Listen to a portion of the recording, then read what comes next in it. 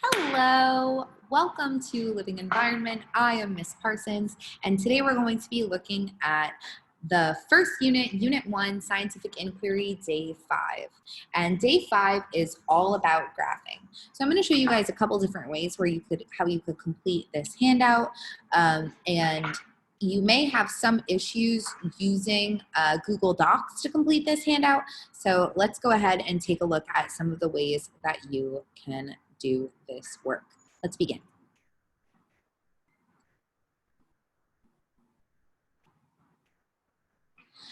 So we're looking at Unit 1, Day 5 here.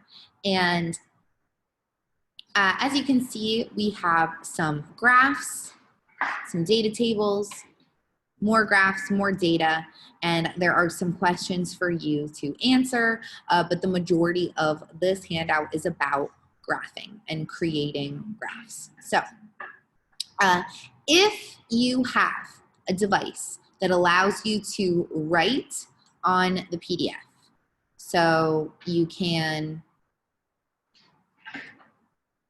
make a graph right here and you can label it and do everything you need to do. You can label the axes, x-axis, and the y-axis. If you have the ability to do that, please go ahead and complete the handout that way. But if you do not have the ability to do that, I'm going to show you how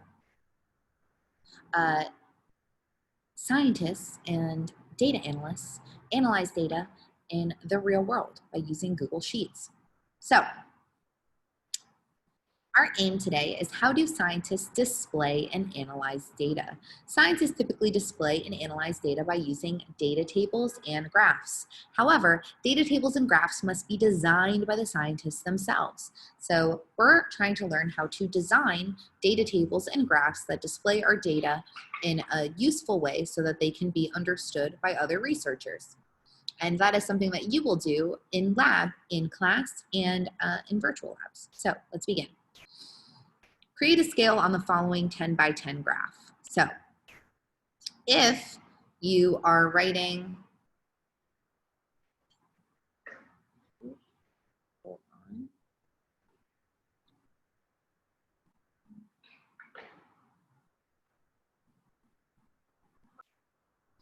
So if you are looking at a handout, if you're looking at a screen like the one that I'm showing you now, and you have the ability to write directly on it, we're going to label this axis.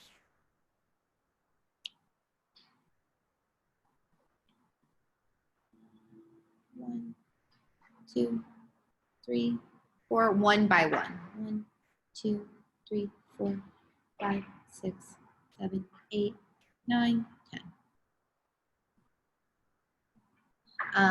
So the dependent variable, the variable that is being measured by the experimenter, is displayed on the y-axis. The independent variable is displayed on the x-axis. We're going to label the x and y axis.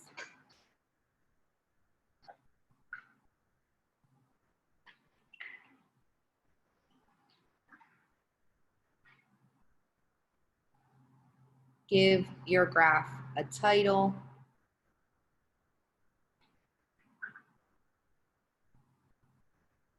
And in this case, we don't have a description for our data, for our title, but typically you would write a title on top of the graph here. And you can see here we've got 0, 0, 3, 1, 2, 3, 2, and 6, 7,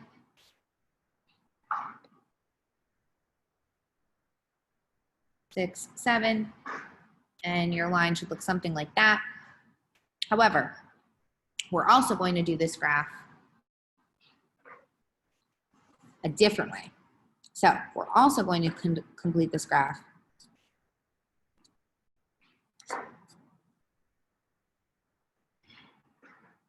on Google Sheets.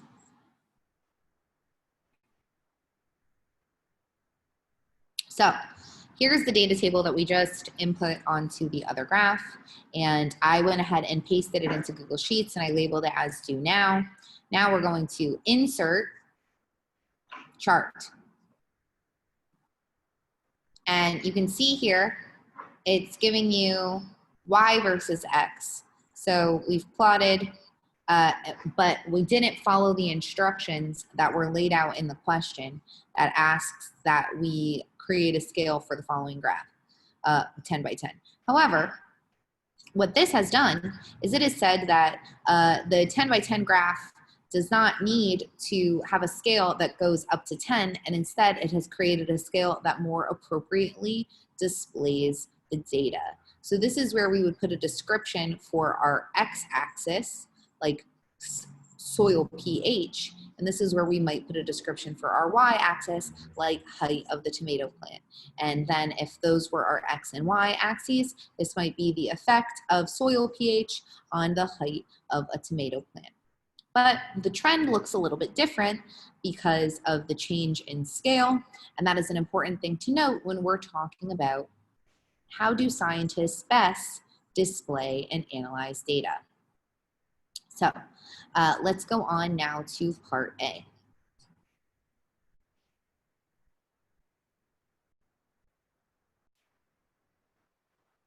All right, and what I've started to do is I've started to go ahead and create this data table on our Excel spreadsheet, or excuse me, our Google Sheets spreadsheet. So we can see here we have water depth of 50 meters.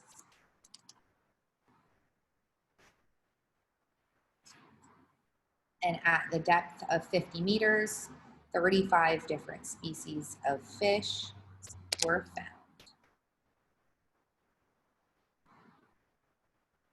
At a depth of 75 meters,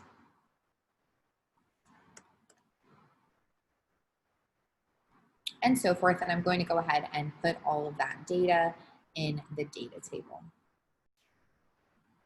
So now I have created our data table that represents fish species found at various ocean depths. So now what I'm going to do is I'm going to select the whole data table, and I'm making sure that I'm not selecting other information. I'm just selecting the data table. And I'm also selecting the title. Let's see if that allows us to have it make the chart completely for us. So you can see here, the title is number of fish species found versus water depth.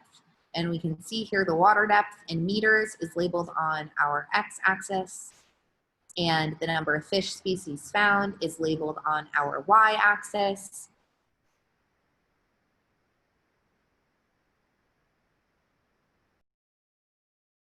Fish species found at various ocean depths. And you can see as the water gets deeper, the number of fish species found decreases. So again, you can do this in Google Sheets. It just requires a little bit of extra work to type out the data tables. Or if you complete this on Google Classroom, what you can do, if you use Google Docs, excuse me, if you have a PDF editor and you upload the edited PDF, that is totally fine. So if you just write on the document as if it was a piece of paper, that is totally fine with me. What I think I will do is I will share the data tables and I'll let you create the rest of the assignment yourselves if you want to learn how to make these graphs. So the question asks, the approximate number of fish species that can be found at 120 meters is, let's take a look at our graph and interpret the data. At 120 meters, it looks like we can find between 22 and 13 fish species So it looks like 18 is going to be our answer choice. So C is going to be our answer choice there. And that's just based on interpreting the graph.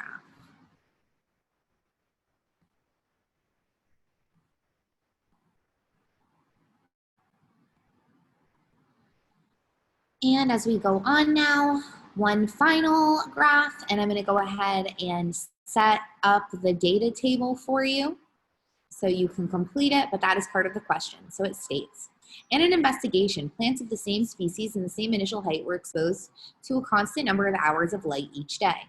The number of hours per day was different for each plant, but all other environmental factors were the same. At the conclusion of the investigation, the final height of each plant was measured, and the following data were recorded. So I'm going to go ahead and set up this data table so that we can create the graph.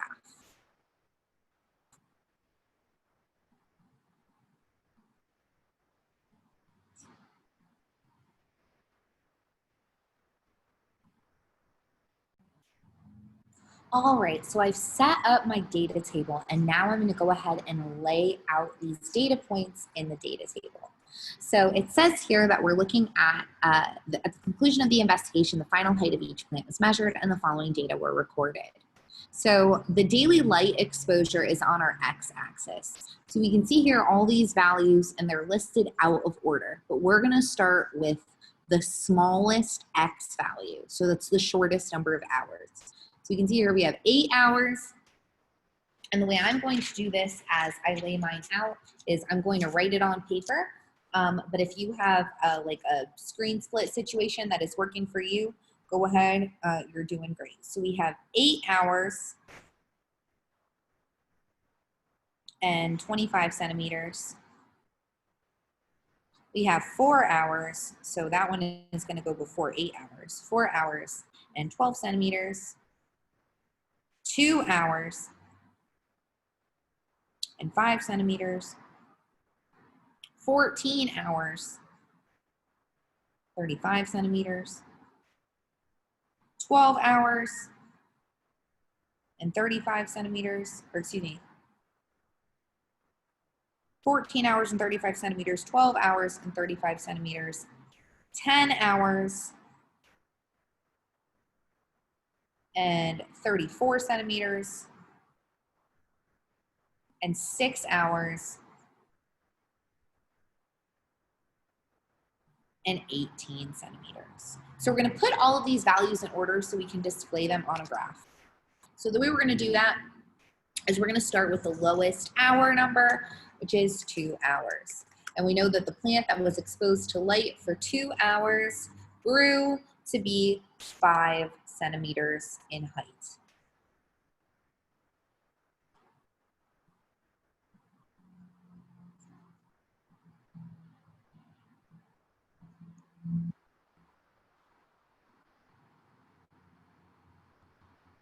And I'm going to center the titles for my data table. Hopefully you guys can see what I'm doing on here.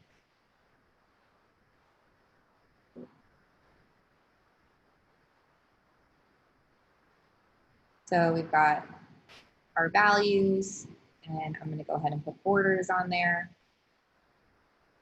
If you've never used Google Sheets before, this might be a little challenging, but this is a useful tool that I've used in other jobs that I've had before I was a teacher. So if you like data, if you like math, this is a useful tool to learn. So again, we're just setting up this graph, the effect of light exposure on plant growth, and let's go ahead and continue.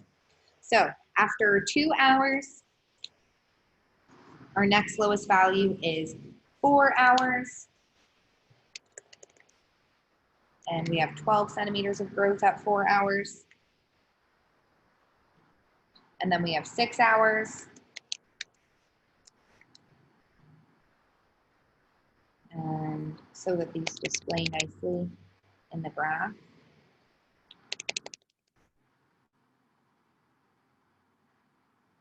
I'm going to erase the words so that they're displayed as values.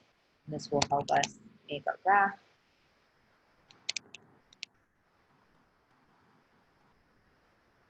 And at 6 hours, we have 18 centimeters of growth. 8 hours, we had 25 centimeters of growth.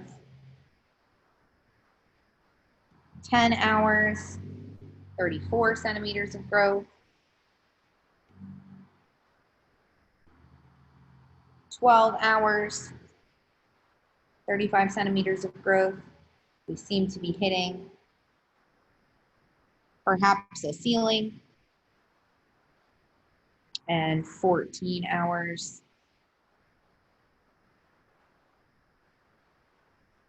2, 4, 6, 8, 10, 12, 14. So we've got all of our values in play, and it looks like we capped out at 35 centimeters for our max height. So, and those of you who are big plant nerds like me might know that's because a typical day has about 12 hours of sunlight and 12 hours of darkness. So that's the optimum daily light exposure that plants need. That's what's natural for them. So now we're going to turn this data into a graph. We're going to go insert, chart,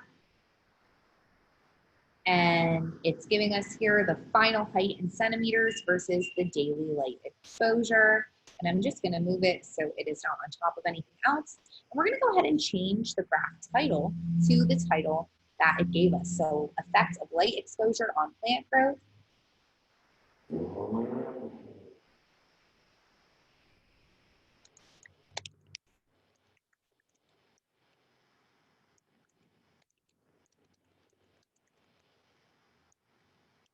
And we can see here we have our graph, and you can see the line leveling out or plateauing out after 12 hours because that's the optimum amount of light for plants to receive.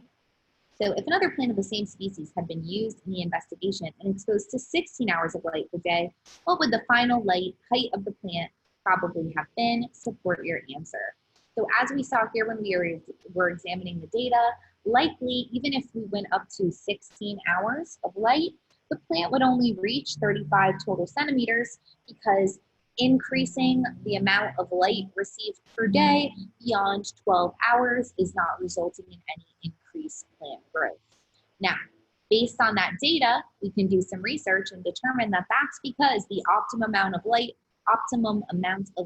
for plants to receive is about 12 hours per day. But for this lesson, we're just talking about how do scientists display their data effectively, and we've gone ahead and done it. All right, ladies and gentlemen, so hopefully you didn't have too many issues completing this handout. Although, as I mentioned, you may feel free to do it on Google Sheets like I just did, or to do it on a PDF editor, or if you're very confused, you can go ahead and print it out or hand copy it on paper and go ahead and upload photos for this one, Unit 1, Day 5 only, because we do want you to practice this very important skill of graphing because it is critical to learning environment. Okay, to living environment. Forgive me, it's time for me to go. Have a great, fantastic afternoon, everyone. See you all tomorrow on Zoom. Bye.